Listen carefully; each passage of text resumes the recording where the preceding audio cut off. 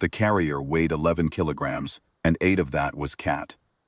I had declared Brackett on the manifest as personal thermal regulation equipment, because that was technically accurate.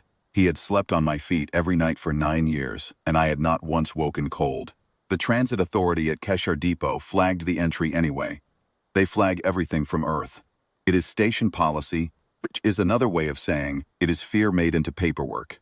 The inspector who came to my berth was a Galactic Council liaison named Verath Hound.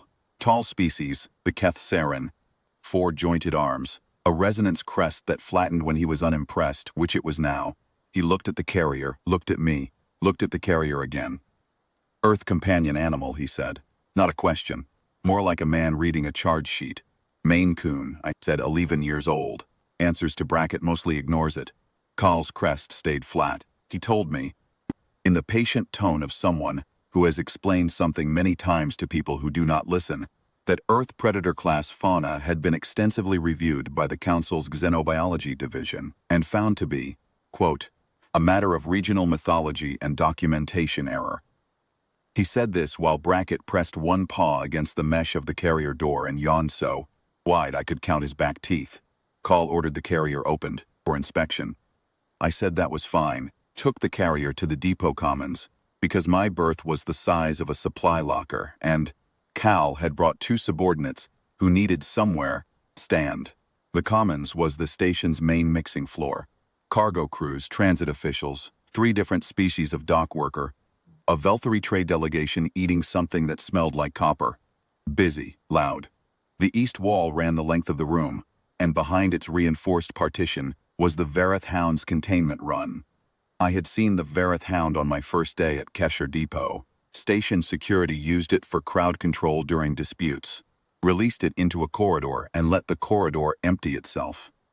It was roughly the mass of a ground vehicle, covered in overlapping keratin plates, and it had a recorded 0 rate of indifference to any living thing it had ever observed. 4 years of station logs, every species, every size.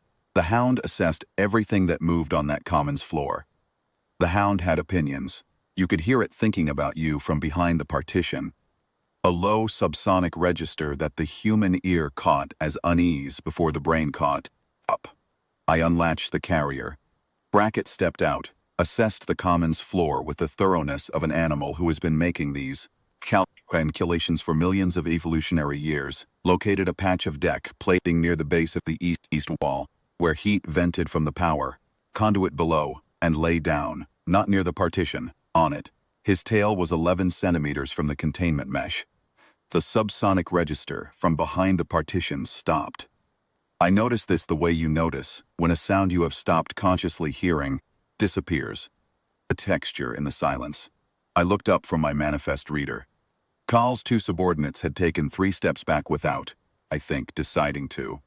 The Velthari trade delegation had paused mid-meal. The Verath Hound was at the partition. In 4 years of station logs, the Hound had never approached the common side mesh voluntarily. It worked the back of the run, paced, assessed from distance. Station record, unbroken. What it was doing now was pressing its mass against the front of the partition and looking at Brackett with the focused, full stillness of something that has just recognized a category it did not know it had. Brackett slow blinked. The Verath Hound lowered its head to the floor, all the way down. Chin on the deck plating through the mesh, as close to the level of the cat as physics allowed. The commons had gone quiet in the way that spaces go quiet when every creature in them has independently decided that stillness is the correct response to whatever is happening. I ate a cracker from my jacket pocket. Call had not moved. His resonance crest, I noticed, was fully raised, which on a Keshar indicates an involuntary alertness response. He does that, I said, meaning Brackett, meaning the slow blink. Means he's decided you're not a threat. Kale looked at me, then at Brackett, then at the Hound, which had not moved from the floor. The Verath unit, he said carefully, does not exhibit deference behaviors. Doesn't look like it, I agreed. Turned a page on my manifest. We stayed that way for some time. The commons gradually resumed. Dock workers, the Velthari delegation, the ordinary noise of a transit way station going about its business. Brackett slept. The Verath Hound remained on the floor of its run. I finished my crackers. Call's formal request came through my station account 40 minutes later. Council Liaison Verath Hound, presenting Keth Saren delegation, formally requested an introduction to the Earth companion animal, currently registered to Birth 7. Quest used the word introduction. It cited, in the supporting notes, 3 separate regulatory clauses governing diplomatic contact with fauna of undetermined classification status. I sent back, he's awake. Come to the Commons. Call came alone this time. No subordinates. He crossed the Commons floor with the deliberate, unhurried movement of a person who has decided that moving carefully is not the same as moving fearfully. He stopped 2 meters from Brackett. It opened one eye.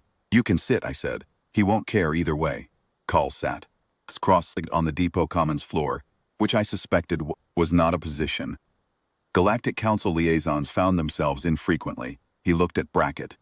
Brackett looked at him with the yellow-eyed, completely unimpressed patience of an animal that had been making this assessment of new things for the better part of a decade and consistently found them wanting. Then Brackett stood, walked the 2 meters, his head against Call's 4-jointed knee. Call went very still. That means, I said, that you passed. Behind the partition, the Verath Hound had lifted its chin off the floor. It was watching, it did not pace. It did not return to the back of the run. It simply watched the way a thing watches, when it is paying attention to something it has decided matters. The reclassification notice arrived the next morning. Brackett, previously flagged as non-standard cargo and contraband fauna, had been assigned Class 6 Auxiliary Presence status under Council Depot Regulation 714, typically reserved for species of confirmed ecological significance. The filing note read, Animal demonstrated recognized Apex Acknowledgement Response in Class A Station Predator. Verath Unit, Keshar Depot. Classification Pen Full Review. Temporary elevated status granted. I read it twice. Then I read it to Brackett.